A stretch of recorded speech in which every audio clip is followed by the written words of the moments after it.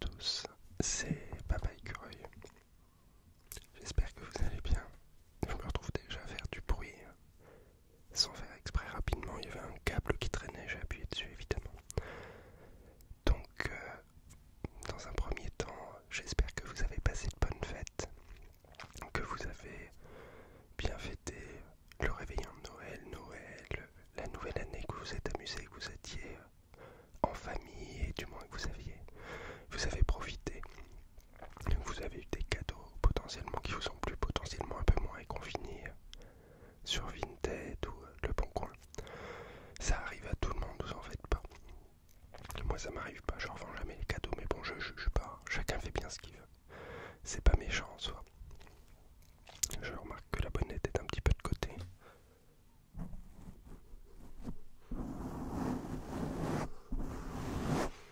Ça me paraît mieux là. Et donc on se retrouve aujourd'hui, ça fait un moment que j'avais envie de faire ça. C'est un top 3 de mes livres photos. Et dans ce top 3, en fait, c'est 3 livres qui sont, enfin du moins il y en a 2 qui sont cultes, dont un qui est extrêmement dur à trouver et que j'ai trouvé récemment. C'est une histoire rocambolesque, je vais vous raconter ça. C'est assez marrant. Enfin c'est assez marrant.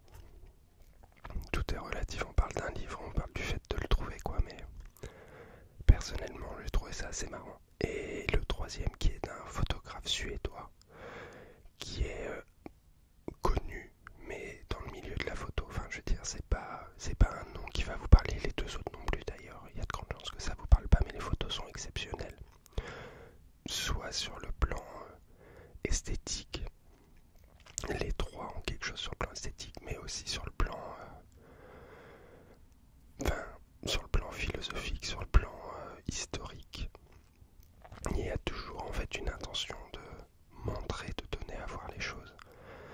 Et donc ce sont 3 livres que je trouve vraiment follement réussis, follement beaux et qui sont connus pour ça. Donc il y a un premier livre qui est The Suffering of Light d'Alex Webb. C'est une sorte de rétrospective un peu, enfin il n'est pas décédé et il n'a pas fini sa production, il continue de produire des livres. Mais c'est 30 ans de photographie en fait, 30 ans d'images, et il a des images. Il est connu en fait pour avoir créé une approche de la photographie. Lui il appelle pas ça de la photographie de rue, il aime pas trop le terme parce que dans ses photos il y a un peu de tout en fait. Il a photographié énormément la rue, mais il a beaucoup, en fait c'est un Américain, et il a beaucoup photographié les Caraïbes, j'arrivais pas à le dire, les Caraïbes et toute la partie Amérique du Sud, enfin Amérique du Sud, plus les Caraïbes, un peu l'Amérique du Sud, un peu en Afrique, il y a un peu de tout en fait, et les États-Unis. Et en fait il est connu pour des photos composées, excessivement composées, enfin vraiment il a un œil qui est exceptionnel pour faire ça. C'est-à-dire que dans une photo vous avez toujours un sujet on va dire, et lui on se retrouve dans ses photos à avoir plusieurs sujets. Les choses fonctionnent et il y a toujours un aspect un peu magique, un peu exceptionnel d'une scène qui se reproduira jamais. Et il y a beaucoup aussi ce jeu de lumière. Il est extrêmement connu pour ces jeux d'ombre et lumière, ces contrastes assez forts. Et le fait de mettre différentes couches dans les images, un premier plan, un second plan, un arrière-plan. Et en fait, vous verrez, c'est vraiment... il n'y a pas que ça, il y a des images un peu plus brutes.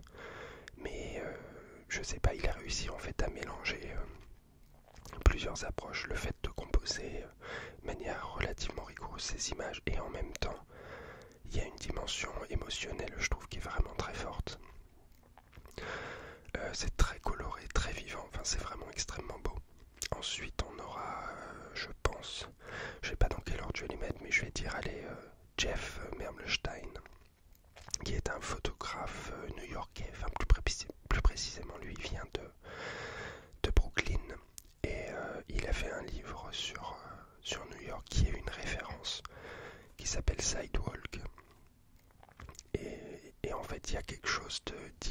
la photographie de rue, il photographie des gens. Déjà, le séquençage du livre, l'enchaînement des images est vraiment extrêmement réussi. Mais au-delà de ça, en fait, il y a une sorte de sentiment d'étrangeté de toutes les images. Enfin, il y a vraiment des situations incongrues. C'est beaucoup moins composé que Alex Webb. C'est des images beaucoup plus brutes et frontales. Mais il y a toujours un sentiment de qu'est-ce qui se passe, pourquoi c'est comme ça et qu'est-ce qui fait que la situation m'interpelle, en fait, que la photo a quelque chose en plus que juste une photo dans la rue. Et c'est un portrait de New York, en fait, que je trouve extrêmement touchant, parce qu'il y a tout, il y a de la diversité, il y a de la beauté, il y a une sorte de métaphore de la violence. Et en fait, ça résume toute la vie. Et donc, enfin, il a fait ça pendant, je crois que c'est un travail sur plus d'une dizaine d'années. Quand on voit Alex Webb, lui, c'est sur 30 ans pour le coup, le condensé des images. Et donc là, c'est sur une dizaine d'années. Dans les deux cas, c'est deux photographes qui ont une soixantaine d'années, un peu plus de 60 ans aujourd'hui, je crois. Et donc voilà, Jeff Mermelstein, il y a un côté un peu fou, en fait, dans ces images. C'est qu'est-ce qui se passe, pourquoi. Et ensuite, le dernier livre, c'est un livre une rétrospective de Lars, alors je vais pas vraiment dire parce que c'est un nom suédois, Törnborg, Törnbjörk peut-être. Et c'est un photographe donc suédois qui a fait beaucoup de choses, qui était malgré tout extrêmement réputé dans le milieu. Beaucoup de noir et blanc au début de sa carrière, puis après beaucoup de couleurs. Il a pris beaucoup de photos au flash, mais avec un flash extrêmement puissant. Enfin, ça illumine des scènes. Et c'est beaucoup des scènes de vie, et pareil, incongrues, enfin, des trucs assez étranges qu'on peut croiser au quotidien. Qu'on peut croiser ou pas, enfin, je veux dire, il faut être présent avec son appareil photo, prêt à dégainer, à faire ces images qui sont pour la plupart exceptionnelles. Encore une fois, quand on vous parle d'images exceptionnelles, faut pas oublier une chose, c'est que ce sont des travaux qui sont rigoureusement édités, sélectionnés, et que pour, on va dire, 50 photos qui sont exceptionnelles, à côté il y en a peut-être 10, 15, 20, 30 000 qui étaient moins bonnes, qui ne veut pas dire qu'elles étaient mauvaises, mais qui sont moins bonnes. Et donc ce qu'on va voir, c'est une sélection faite par l'auteur, et qui objectivement est faite pour donner, avoir le meilleur. Et donc il ne faut jamais se comparer en fait à ce qu'on va voir d'une production finale dans quelque domaine que ce soit. Se comparer à un peintre, se comparer à un photographe, à un musicien, se comparer à un sportif. En fait, derrière ce qu'on voit à un moment donné, qui peut être un livre pour un photographe, qui peut être un roman pour un écrivain, qui peut être une prestation sportive pour un footballeur, n'importe quel sport en fait. Il y a des années et des années de travail acharné. Il y a une volonté de faire les choses parfaitement, d'arriver au maximum de ce dont ils sont capables de faire avec ce qu'il leur est possible d'offrir, c'est-à-dire en l'occurrence la photo, avec les choses qu'ils photographient. Il ne faut jamais se comparer à un résultat fini quand ce que nous on est en train de faire c'est une progression, une amélioration. Il y a eu des étapes avant d'arriver à un résultat qui ont sûrement été compliquées, douloureuses, chronophages. Et le résultat, il arrive à personne d'un seul coup. En fait, on n'est pas bon d'un seul coup dans quelque domaine que ce soit. Ça n'existe pas, personne, c'est impossible. On peut avoir des prédispositions, mais encore une fois, on a des prédispositions parce que on a travaillé ces prédispositions dans notre enfance ou sous quelque forme que ce soit. Donc en fait, il ne faut jamais se comparer. Tout ce qu'on va voir, c'est vraiment le maximum au moment où le livre a été produit.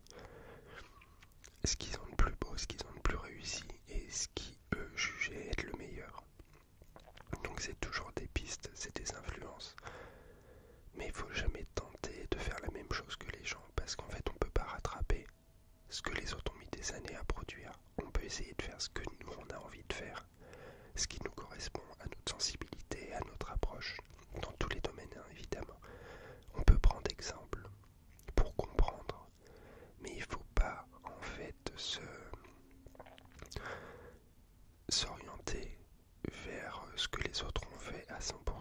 parce que on sera toujours en retard et ça n'a pas, ça va plus amener des frustrations qu'autre chose. Donc, nous allons parler du premier livre qui est The Suffering of Light d'Alex Webb. Je vous montre ça.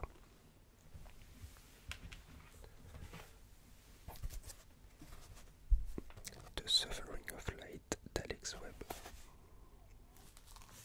Donc le premier livre, Alex Webb, The Suffering of Light, et là directement sur la couverture, on voit cette amour de la composition. L'image n'est pas complète, mais les yeux, et vous verrez l'image après, ce petit regard et tout.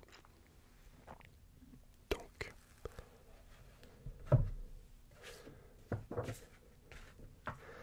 cette photo d'ouverture est exceptionnelle, je trouve.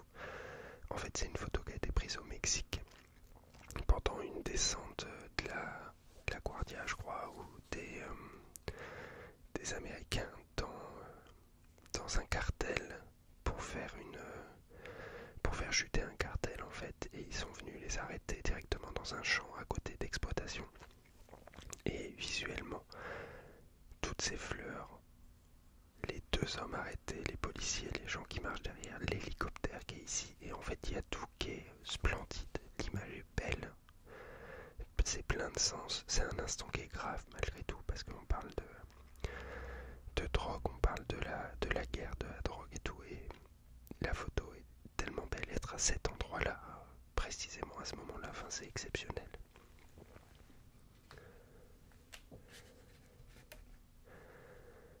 C'est toujours au Mexique.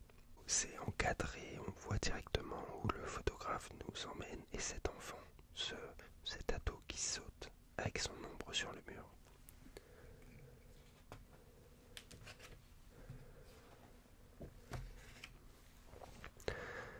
Ce portrait, ça c'est à Grenade. Ce portrait, cet homme qui fume, ces couleurs derrière, cette lumière. Je sais pas, visuellement, il y a quelque chose, il y a un côté un peu désespéré dans le regard, cette tête qui penche sur le côté, cet homme derrière dans une pose un peu plus lascive.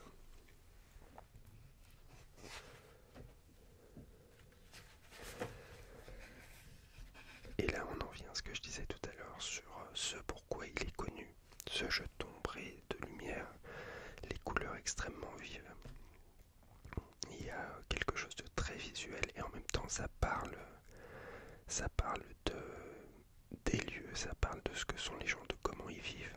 Là on est sur celle-ci à Port-au-Prince, à Haïti, et sur l'autre je crois qu'on est en Ouganda. Et là voilà, en République Dominicaine, une photographie où revient ce que j'expliquais sur le fait de composer des images, de mettre différentes strates de lecture et de complexifier en fait, et de s'approcher de ce qu'est la vie, un ensemble de choses qui existent en même temps, fonctionnent en même temps. Là on voit des gens en premier plan, puis des gens en second plan, et enfin un arrière-plan. Et en fait ça équilibre l'image, ça fait qu'à regarder elle est intéressante, et en même temps ça raconte ce qu'est la vie dans les rues à cette époque-là. On parle des années 80, c'est 1980.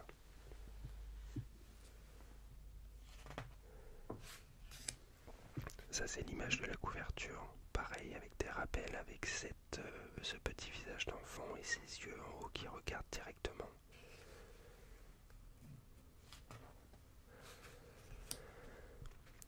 Là des instants sur celle de gauche, avec toutes ces personnes, toutes bien séparées, on voit toutes, on voit celle-ci, la tête dans les mains, et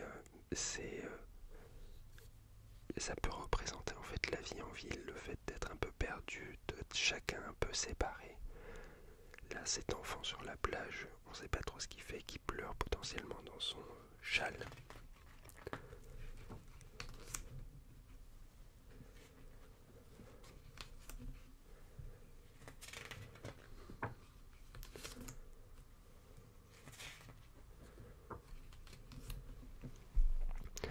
Cette image prise à la Barbade avec des écolières, j'imagine.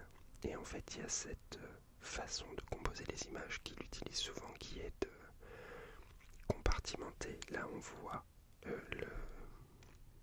la partie de la voiture avec cette personne qui est ici fixe et ici les deux personnes qui avancent. Et en fait, ça simplifie la lecture et en même temps, ça complexifie ce qu'il a à offrir.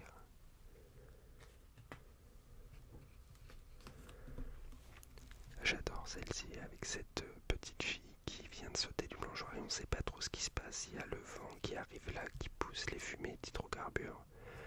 Et cet enfant qui a l'air d'être flottant en plein milieu, qui regarde l'appareil photo et qui sourit.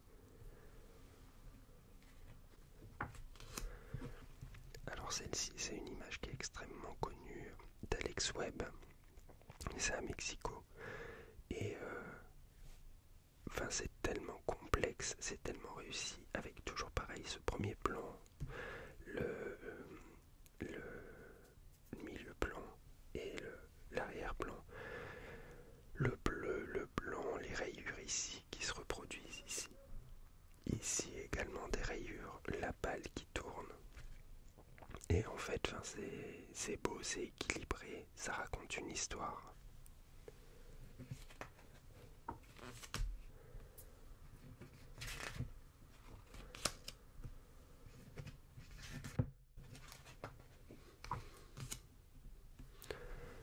Celle-ci, pareil, à Haïti.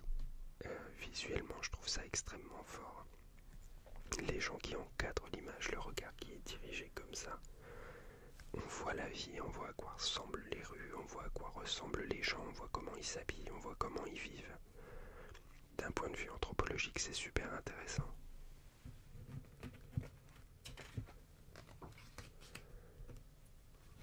Ces enfants à l'école à Haïti. Là, encore une fois, au niveau de la composition, c'est magnifique. Avec les bras qui partent, cette personne cachée ici, les bateaux derrière.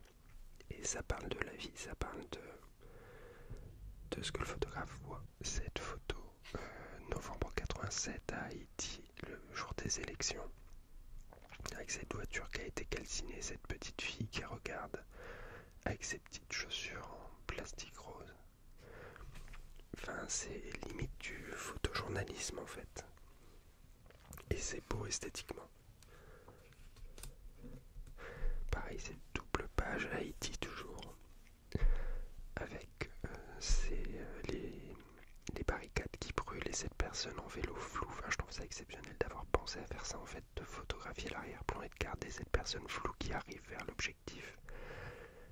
Et là, des personnes après les émeutes qui sont décédées et c'est tellement bien composé avec ces rangées de gens, ces cercueils qui passent. Enfin, c'est tellement intelligent comme photographie.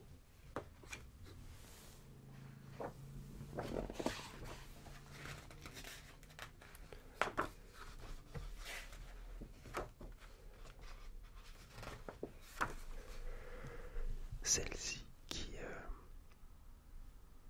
qui me bluffe en fait. C'est tellement bien vu, tellement bien réfléchi. Le cycliste ici avec les roues, avec les rayons. Ici la forme ronde également. Et au milieu, le surfeur. Et donc ça c'est à Munich. Avec des surfeurs sur un fleuve.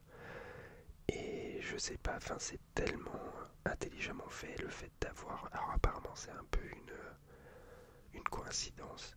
Je crois qu'il l'a vu après qu'il y avait ce surfeur. Mais la photo est magnifique.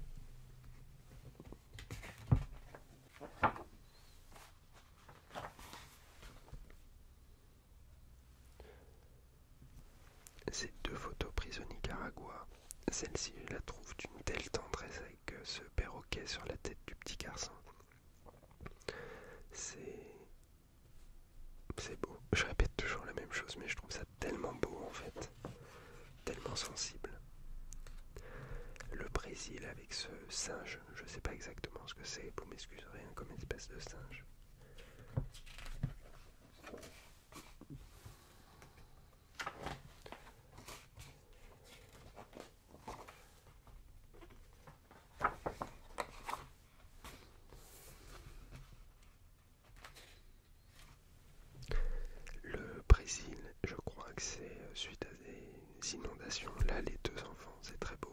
celle-ci avec la maison qui est entourée par les eaux, avec le petit garçon qui est à la fenêtre.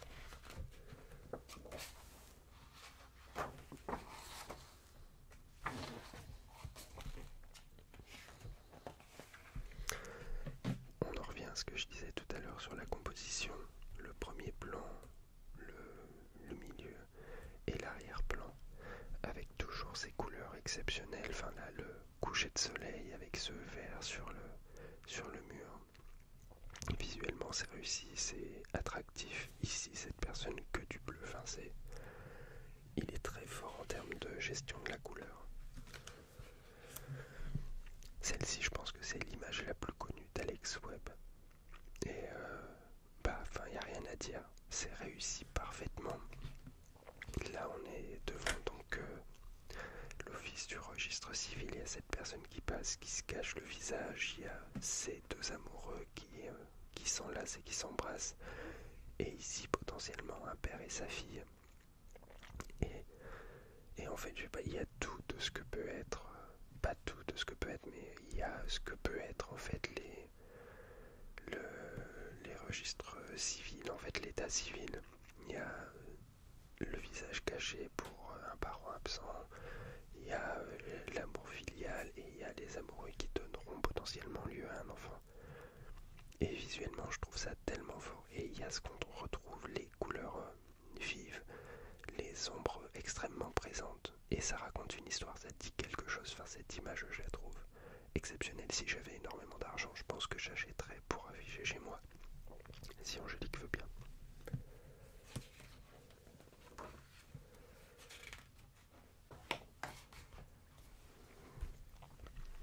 Et il y a des photos pareilles, toujours avec des encadrements. Il y a des choses qu'on voit, le corps au-dessus, l'ombre ici.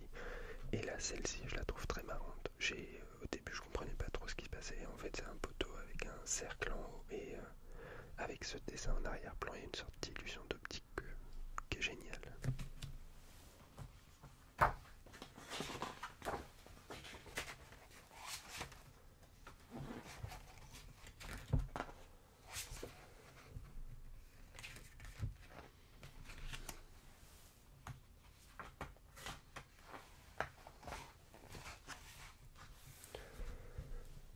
Celle-ci, en termes de composition, est tellement chargée, tellement pleine. En fait, il y a des formes de partout, les corps qui forment également d'autres formes, et tout est rempli, et pourtant tout est lisible. En fait, on comprend ce qui se passe avec cette petite fille, ce garçon, ces deux enfants derrière, mais en fait c'est chargé, comme peut l'être la vie, comme peut l'être la rue, et en même temps on arrive à tout comprendre.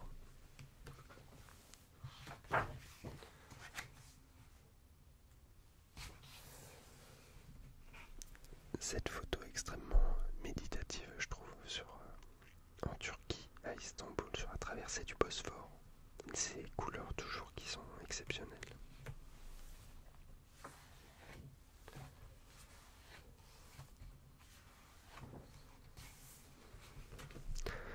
Et ça, en fait, c'est donc le 11 septembre 2001, le jour où les Twin Towers sont tombés.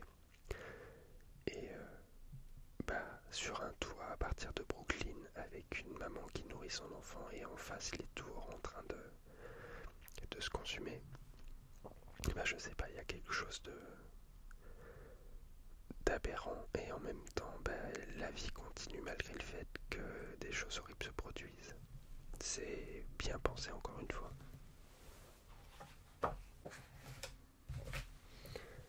Et le livre finit sur cette image que je trouve belle. En fait, l'arc-en-ciel, cet enfant avec les deux mains levées, celui-ci allongé, ça sépare l'image, ça scinde en deux, et c'est poétique, encore une fois. Voilà donc Alex Webb de Suffering of Light. Et vu de Suffering of Light, vraiment c'est magnifique, exceptionnel. Mais il y a des images extrêmement touchantes, il y a des images dures aussi.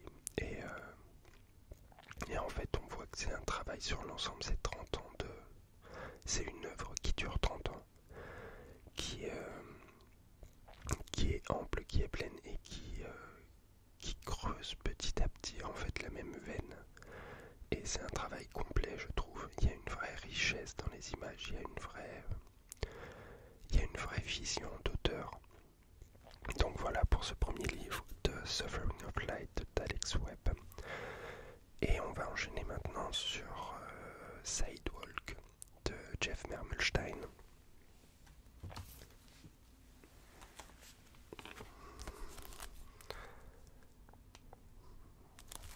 Donc Sidewalk de Jeff Mermelstein. Donc maintenant Sidewalk de Jeff Mermelstein. Bon bah vous voyez, la jaquette est un petit peu abîmée, mais juste voilà. Cette image d'une femme d'un certain âge, un billet de 10 $ dans la bouche. Il y a un côté urgence, il y a un côté sur son visage, un côté stress. Très new-yorkais, je trouve.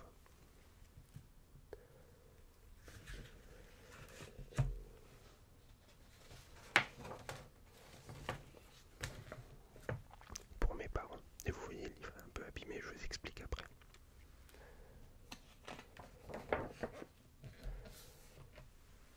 Voilà, on commence direct.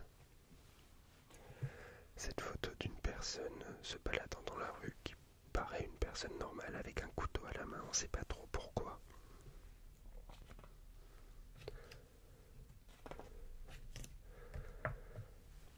Et là, ces personnes d'un certain âge, tout en train de chercher, et en fait, on fait un lien entre la personne avec le couteau et les personnes en train de fouiller, tout un peu empêtré. Ça regarde dans le portefeuille, ça regarde dans ses affaires comme si ça cherchait quelque chose à donner en fait. Ce monsieur en train de bâiller, bien habillé, au milieu de la rue.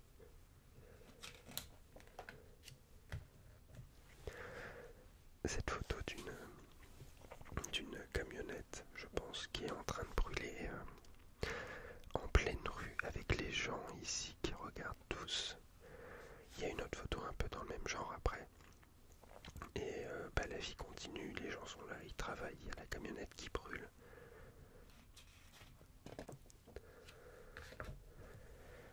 Et cette photo, quand je l'ai vue, je me suis un peu demandé, et puis je me suis dit, en fait, il y a un côté, Les raisins de la colère, le roman, avec cet homme qui marche en pleine rue, il y a des raisins de partout, ses mains avec ses veines apparentes. Et il y a un côté pressé, en fait, il y a un côté, on n'a pas le temps, les choses sont qu'elles sont, il faut continuer dans une sorte de rush. Cette photo, je la trouve très belle, cette première personne qui regarde, qui est un peu floue avec ce monsieur derrière, un peu interloqué. Et on ne sait pas trop s'ils se demandent parce qu'ils viennent de voir la personne en fait marcher sur les raisins ou quoi que ce soit.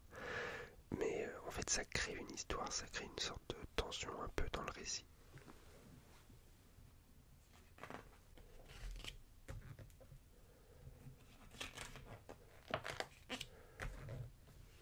Celle-ci, je la trouve admirable avec ces jeunes, je sais pas, une vingtaine d'années, un peu plus d'une vingtaine d'années, ce singe-là qui harangue le photographe. Je trouve ça amusant.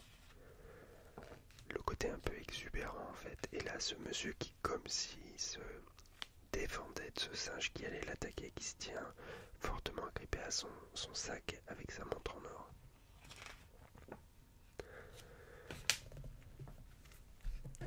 Et là, celle-ci, je la trouve belle. Il y a des choses dont on se rend compte petit à petit. Donc il y a cette vitrine qui est cassée, ces gens qui regardent cette main ici, qui rappellent cette main ici. Et là, en fait, on voit tous les gens dans la rue qui regardent avec le photographe qui est ici. Et celle-ci, je pense que il y en a plusieurs, mais celle-ci est vraiment une photo que je trouve exceptionnelle. Ce portrait prise à travers la vitre du bus avec la ville qui se reflète sur lui, une sorte d'allégorie de la personne qui connaît la ville, qui est dans la ville tout le temps. Et je trouve ça beau, en fait, esthétiquement, c'est parfaitement réussi. Ce petit moineau qui est malheureusement mort sur le trottoir. Et la mort là, Kurt Cobain avec cette jeune fille un peu perdue dans ses pensées, un peu triste avec son t-shirt Kurt Cobain. Il y a une sorte est là en train de réfléchir et c'est assez amusant, je trouve, de la voir avec ce t-shirt là. Celle-ci, je la trouve marrante, ce businessman assis en train de fumer sa cigarette avec son petit pchit. Ça a peut-être un trigger, ça pchit. On sait pas trop pourquoi il est là. Cette chaussure, pourquoi une chaussure? Cette chaussure brûlée en fait sur le trottoir avec de la fumée qui s'en échappe encore. Celle-ci, elle est très marrante, je trouve. Ce policier devant un sex shop qui est en train de, je sais pas trop quoi, de s'étirer. Enfin, c'est assez amusant.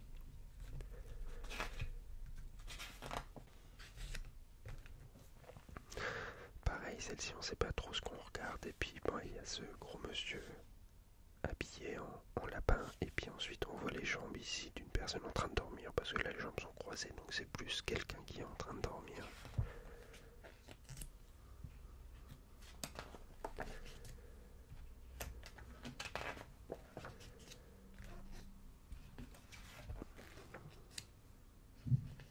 Ce père et ce fils potentiellement.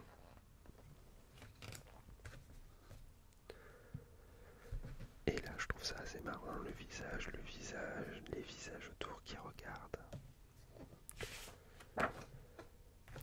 Celle-ci est exceptionnelle. Enfin, le fait d'avoir mis flou la jeune fille avec net les reflets dans ses lunettes et tous les gens derrière pour montrer la ville et l'animation. Celle-ci est folle. Ce monsieur qui a ce livre dans la bouche et qui fixe, enfin, le flou autour, tout est parfait en fait.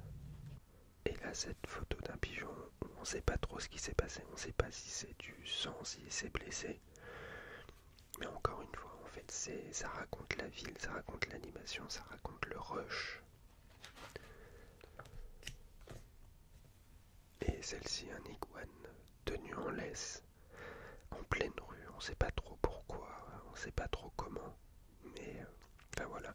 Et globalement, ce livre, pour moi, c'est une lettre d'amour à New York, où il dit ce qu'il en aime, ce qu'il en voit et ce qu'il en retient. Et il en montre la diversité. Et en fait, c'est ça, je trouve, qui est juste. Il a fait un livre parce qu'il aime sa ville, qu'il voulait montrer ce qu'elle était. Et vraiment, ce livre est beau pour ça. C'est parce que c'est une preuve d'amour à sa ville, une preuve de dévotion à ce qui s'y passe et d'envie de toujours être là pour montrer ce qu'elle est. Je vous disais, par rapport à ce livre que je viens de vous montrer, concernant la façon dont je l'ai acquis, en fait ce livre il est épuisé depuis des années. Il est sorti il y a une dizaine d'années, quinzaine d'années je crois, quelque chose comme ça. Il a été, récipiendaire d'un prix, d'une bourse, et qui avait donc permis à l'auteur de produire le livre qui a été édité à travers plusieurs pays par différentes maisons d'édition. Moi, l'édition que j'ai, c'est une édition française qui a été publiée par Actes Sud. Et donc ce livre, qui est un livre culte de la photographie de rue, a été épuisé relativement rapidement, n'a jamais été réédité en fait. Il est trouvable sur internet d'occasion à des prix mais totalement délirants dans de bonnes librairies classiques. On peut le trouver en bon état autour de 300-400 euros et je l'ai vu par exemple sur Amazon à 4000 euros, ce qui n'a strictement aucun sens. Ça n'a aucun intérêt d'acheter un livre comme ça à 4000 euros. Enfin, l'aspect pièce rare, je peux le comprendre, mais 4000 euros, ça n'a aucun sens. J'ai des amis qui l'ont acheté à 250 euros parce que c'était quelque chose qui leur manquait dans leur bibliothèque, et ça, je peux le comprendre.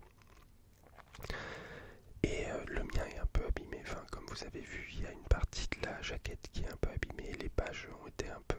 Il a dû être stocké dans un endroit qui n'était pas vraiment fait pour stocker des livres un peu humides peut-être. Mais globalement, il est quand même en très bon état. Et donc donc en fait je me baladais sur Amazon, je cherchais ce livre pour voir un peu les prix. Je suis tombé sur celui à 4 000 €, c'était ridicule. Et je suis tombé en fait sur une offre à 27 €. Et j'ai un peu checké le profil, c'était un vendeur particulier français, quelqu'un qui faisait des brocantes et en fait qui trouve pas mal de choses et les revend. Et en fait pour quelqu'un qui fait des brocantes potentiellement, qui revend un peu tout, il se rend pas compte. Avec une rapide recherche sur internet il aurait pu s'en rendre compte, mais il se rend pas compte de la valeur du livre, de la rareté du livre surtout. Et donc il l'avait mis à 27 €. Sur ce vendeur il y avait énormément d'avis négatifs, beaucoup d'avis négatifs sur des envois qui n'étaient pas effectués, sur des envois qui n'arrivaient jamais. Donc j'ai malgré tout commandé. Alors j'ai eu 27 € plus 5 € de frais de port, je crois, donc 32 €, ce qui est rien du tout. Un prix neuf photo, ça coûte entre 40 et allez, ça peut aller jusqu'à 100 €, vraiment des livres exceptionnels. Enfin des livres exceptionnels par leur taille, par l'ampleur de l'œuvre. Et donc je commande. Je reçois un mail comme quoi la commande est passée très bien. Il se passe pas grand chose. J'avais vu dans les avis que ça mettait du temps en général à être envoyé.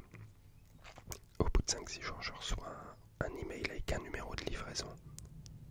Et ce numéro de livraison, en fait, c'était mon numéro de téléphone. Donc je me dis, bon bah, c'est pas grave, dans les avis, ils disaient que quand ça arrivait pas, de toute façon, c'était remboursé. Donc bah, pas méchant.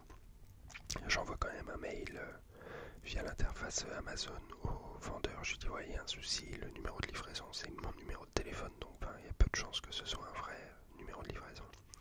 Il me renvoie un vrai numéro de livraison et une semaine après, j'ai reçu le livre. Donc une belle surprise parce que je l'ai eu à un prix plus que correct. Et vraiment, je pensais pas pouvoir acquérir ce livre. Et truc marrant, c'est que j'ai un ami photographe à Paris, Cédric Roux, dont j'ai déjà parlé de ses livres, qui lui l'avait acheté quelques temps avant à 250 €, 250 € je crois. Et en fait, il semblait y avoir sur la boutique du vendeur un deuxième exemplaire au même prix. Donc je lui ai balancé le lien. Alors il m'a dit, bah t'as qu'à le prendre toi et puis tu peux le revendre 200 € facile en fait. Donc je lui ai dit, bah je m'en fichais un peu. Je lui ai donné parce que lui il voulait l'offrir à un ami. Il a commandé, il a reçu son numéro de téléphone et en fait il a envoyé un mail pour dire que c'était son numéro de téléphone et pas un numéro de livraison. Et la commande a été annulée et il a été remboursé. Donc j'imagine qu'ils mettaient pas trop à jour leur stock et donc le mec a été un peu surpris par une deuxième commande, il a laissé passer et ensuite c'est parti à la poubelle. Donc voilà, en tout cas ce livre vraiment pareil, je le trouve magnifique, je trouve ça plein d'émotions et je trouve que c'est un beau portrait de ce qu'est New York à un instant donné. Et c'est vraiment une autre vision que des photos classiques de la ville, purement esthétiques. Enfin là, il y a des choses esthétiques je trouve, et en même temps il y a un côté sauvage, un peu anarchique de la ville, et j'aime beaucoup. Donc voilà, et on va partir sur le troisième livre, donc qui est la rétrospective de Lars Thunborg.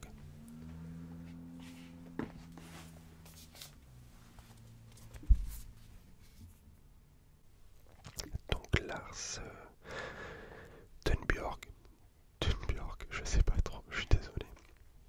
C'est donc une rétrospective, Lars Thunborg qui est décédé. Donc je vous laisse avec le livre. Maintenant nous partons sur Lars Thunborg. Rétrospective et juste cette photo en couverture que je trouve folle. Cette pièce jaune, verte, bleu, rouge, enfin il n'y a que des couleurs. Cet homme de dos en sandales, torse nu, en train de regarder seul des gens qui s'embrassent à la télévision. Enfin, je pense qu'il ne pouvait pas y avoir de plus belle image en fait. Pour ouvrir un livre, c'est vraiment très beau. Et donc rapidement, on va dire, Lars Thunborg est né en Suède en 1956. Il n'avait pas d'entraînement pour la photo, mais à force de travail, il a fait de lui une des personnalités les plus connues en photo en Suède. Et quand il est décédé, en fait, il a laissé derrière lui plus d'un demi-million de négatifs qui ont servi à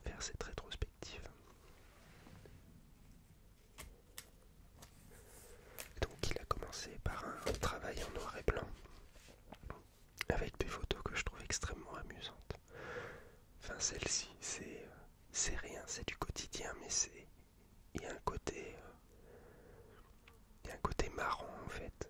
Pareil ici, les gens qui essayent un soutien-gorge par-dessus les habits.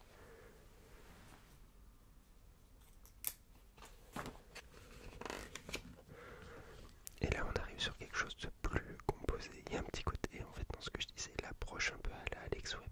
Pas que ce soit copié ou quoi, mais avec ces différents personnages, ces différentes histoires qui se racontent en même temps. C'est esthétique et c'est réussi.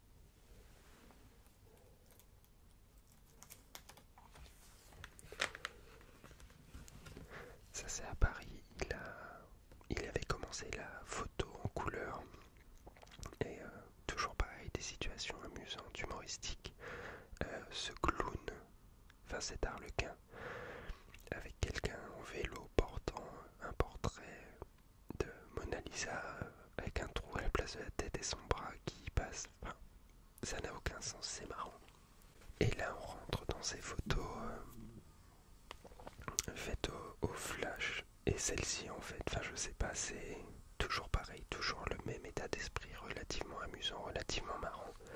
Avec cette petite fille qui regarde ce monsieur qui rentre dans un tuyau. Je sais pas si c'est du caviar ou quoi, mais ça ressemble à une sorte de tuyau de tube, pardon, de fromage avec ce monsieur qui saute derrière au saut à l'élastique.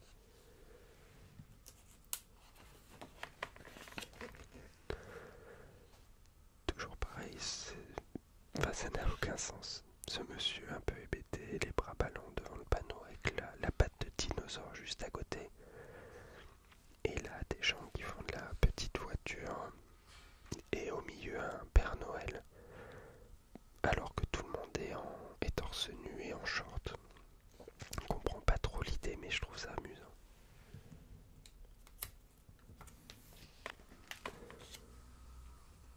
Ça, c'est réussi. Des gens qui s'embrassent au milieu de bouées. Enfin, ça n'a pas de sens, mais c'est réussi. Des gens dans une zone résidentielle qui prennent le soleil, alors que le ciel est quand même extrêmement gris. Mais c'est en Suède, alors j'imagine qu'on prend le soleil là où on peut.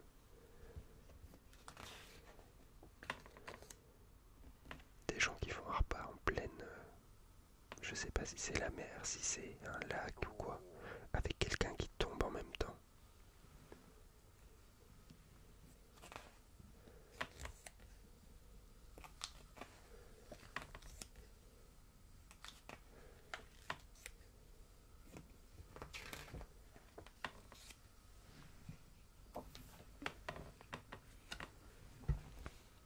L'absurdité, encore une fois, cette personne dans la rue en train de regarder à travers une fenêtre, et à travers cette fenêtre, il y a une machine à laver. Ça n'a pas de sens. Il n'y a aucune logique à s'il y a une machine à laver vers la fenêtre, mais c'est marrant.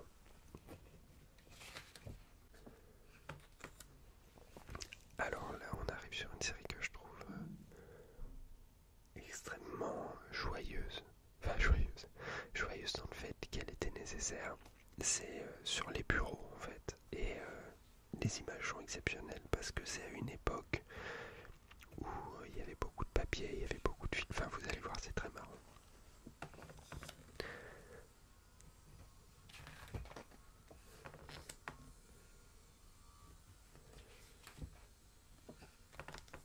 Et toujours pareil, il y a ce côté extrêmement absurde en fait dans les photos. On comprend pas toujours tout ce qui se passe, mais c'est justement ça qui est amusant. Enfin, celle-ci avec tous les papiers au sol, les gens en train de trier, les gens qui passent derrière.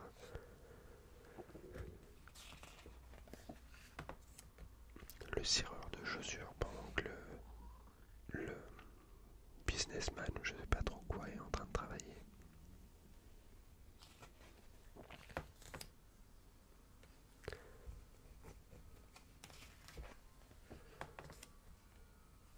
Là, on sait pas ce qui se passe, pourquoi est-ce qu'il est en dessous en train de téléphoner, ça n'a aucun sens. Mais c'est comme ça, donc il l'a pris en photo.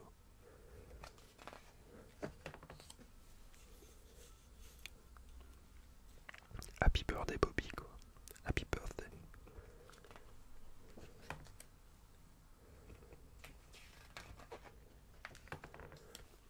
celle-ci est exceptionnellement belle, je trouve la lumière est folle, enfin tout est beau, tout va bien là.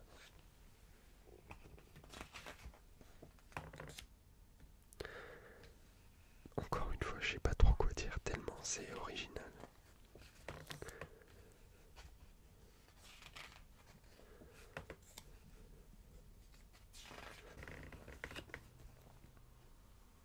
Les fax. Plus jeunes ne connaissent pas les fax. Ça c'est des photos qu'il a fait à travers le monde.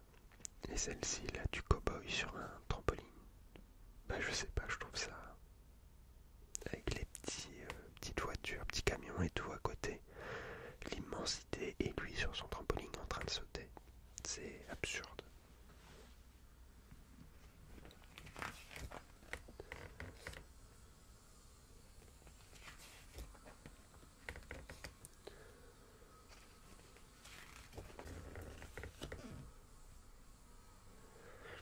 Ça c'est une série qui a été faite dans les pays du Golfe.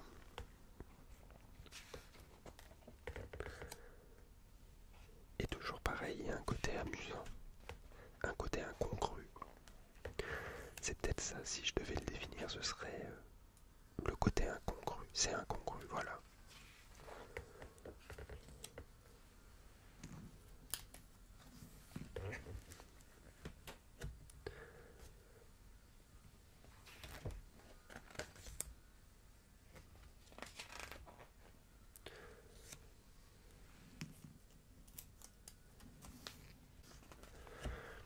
L'hiver. En fait, vous comprenez pourquoi il y a 1,5 million de négatifs, parce qu'il photographiait beaucoup, sans arrêt, et tout en fait. Et l'hiver en Suède, ça en fait partie, parce que ça fait partie de la vie. Avec toutes les choses qui sont gelées.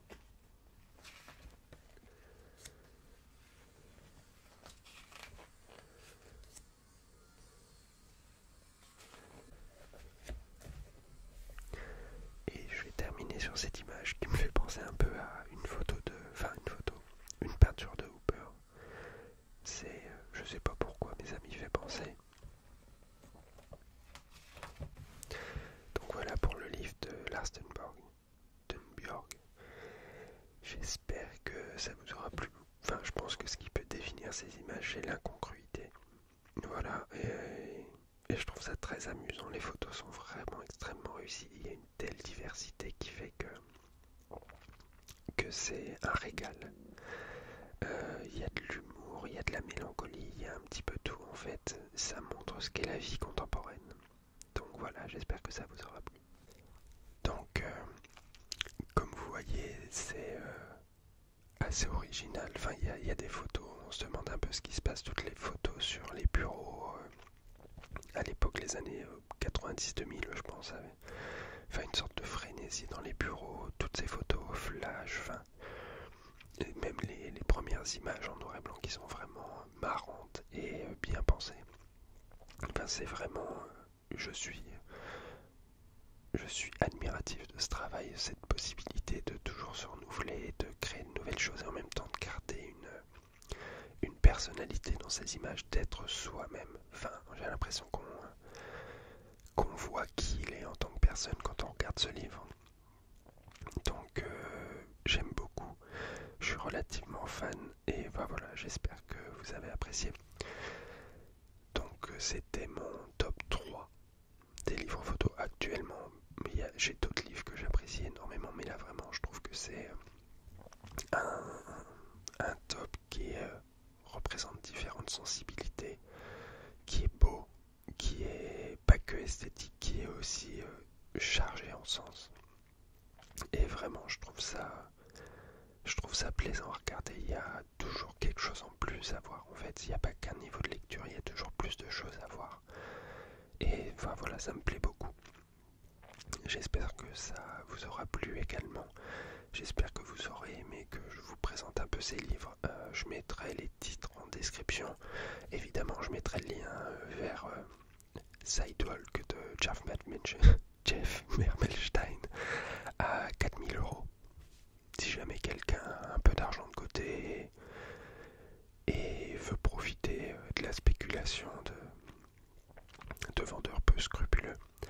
les autres, en fait, c'est accessible. Suffering of Light, ça doit être autour d'une cinquantaine d'euros. Lars Thunborg, il y a aussi sa rétrospective autour d'une cinquantaine d'euros, je crois. Donc, enfin, vraiment, c'est des livres exceptionnels, magnifiquement faits, magnifiquement réalisés, des images folles qu'on peut regarder régulièrement. Enfin, j'y reviens souvent parce que c'est vraiment très très beau.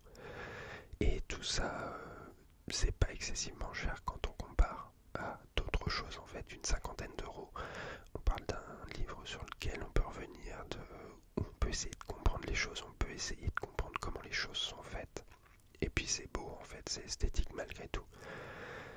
Donc j'espère que tout ça vous a plu. La dernière avait pas excessivement fonctionné, enfin les gens n'avaient pas trop cliqué, machin. C'est pas très grave en fait, c'est pas pour ça que je le fais, c'est aussi pour partager à ceux qui regardent. S'il y en a pas beaucoup, et ben tant mieux pour ceux qui regardent et tant pis pour les autres. Donc voilà, je vous souhaite de passer une bonne journée et puis je vous souhaite aussi une bonne année parce qu'on est en début d'année finalement. J'imagine, je sais pas quand Angélique va programmer la vidéo, mais j'imagine qu'on est en début d'année. Voilà, je vous embrasse, passez une bonne fin de soirée et à bientôt. Bisous bisous.